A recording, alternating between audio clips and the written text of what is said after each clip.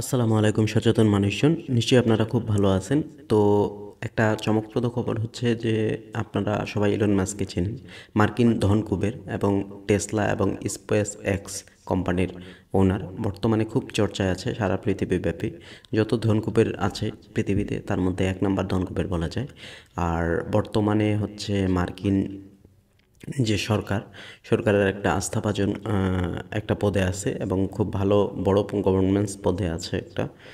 তো উনি কিন্তু টেকনোলজি দিক দিয়ে সারা পৃথিবী থেকে নিয়ন্ত্রণ করছে, এটা আমরা সকলেই জানি। এবং বাংলাদেশেও কিন্তু কিছুদিন আগে ডক্টর মোহাম্মদ ইউনূসের সাথে কথা হয়েছে স্টারলিংকে বাংলাদেশে আনার বিষয়ে। এবং বিভিন্ন দেশে ট্রায়াল বেসিস কিন্তু অলরেডি স্টারলিংক ওনার যে ইন্টারনেট ব্যবস্থা সেটা কিন্তু ট্রাই হচ্ছে।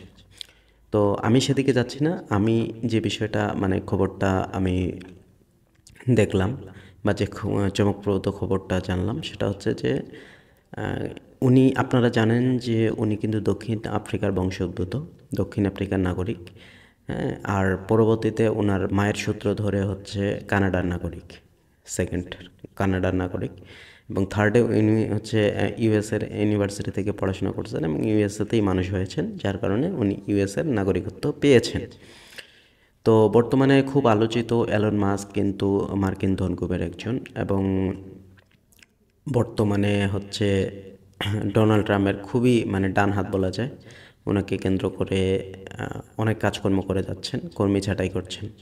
এবং মার্কিন যে সরকারি কোষাগার সেই কোষাগারে হচ্ছে অর্থ সেভ করার জন্য প্রয়াস চালাচ্ছেন।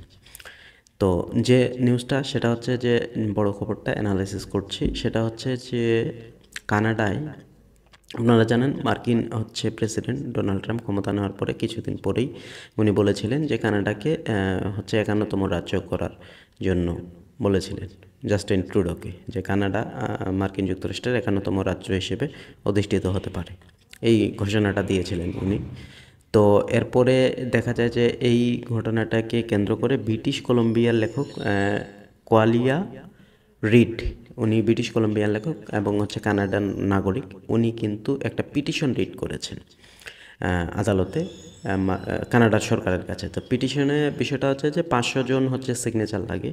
তো সেক্ষেত্রে দেখা যায় যে অলরেডি কিন্তু 1,57,000 হচ্ছে সাইন হয়ে গেছে এবং ক্রমাগত সাইন বেড়েই চলছে।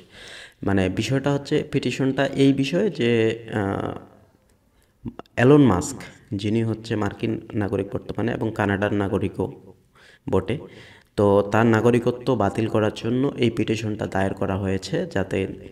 আর এটার মূল কারণ হচ্ছে ওনারা যেটা বলছে যে যারা এই পিটিশনটা দায়ের করেছে তারা বলছে যে কিছুদিন আগে হচ্ছে ডোনাল্ড ট্রাম্প আমাদের হুমকি দিয়েছে যে 51তম রাজ্য করার ঘোষণা দিয়েছে। আর এলন মাস্ক হচ্ছে ডোনাল্ড ট্রাম্পের খুবই আস্থাভাজন এবং বিশ্বস্ত সহযোগী।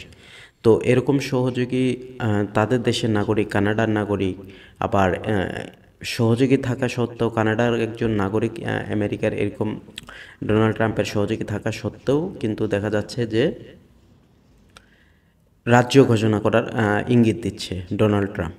সো ওনারা এই বিষয়টাকে মানে এলন মাস্ককে কিন্তু ভালো মনে করছে না, মানে ওনাদের বিশ্বস্ততা মনে করছে না। কানাডা যে যারা এটা পিটিশনটা দায়ী করেছে, যেমন লেখক কোয়ালিয়া রিড এবং যারা সিগনেচার করেছে 1,57,000 প্লাস অলরেডি হয়ে গেছে।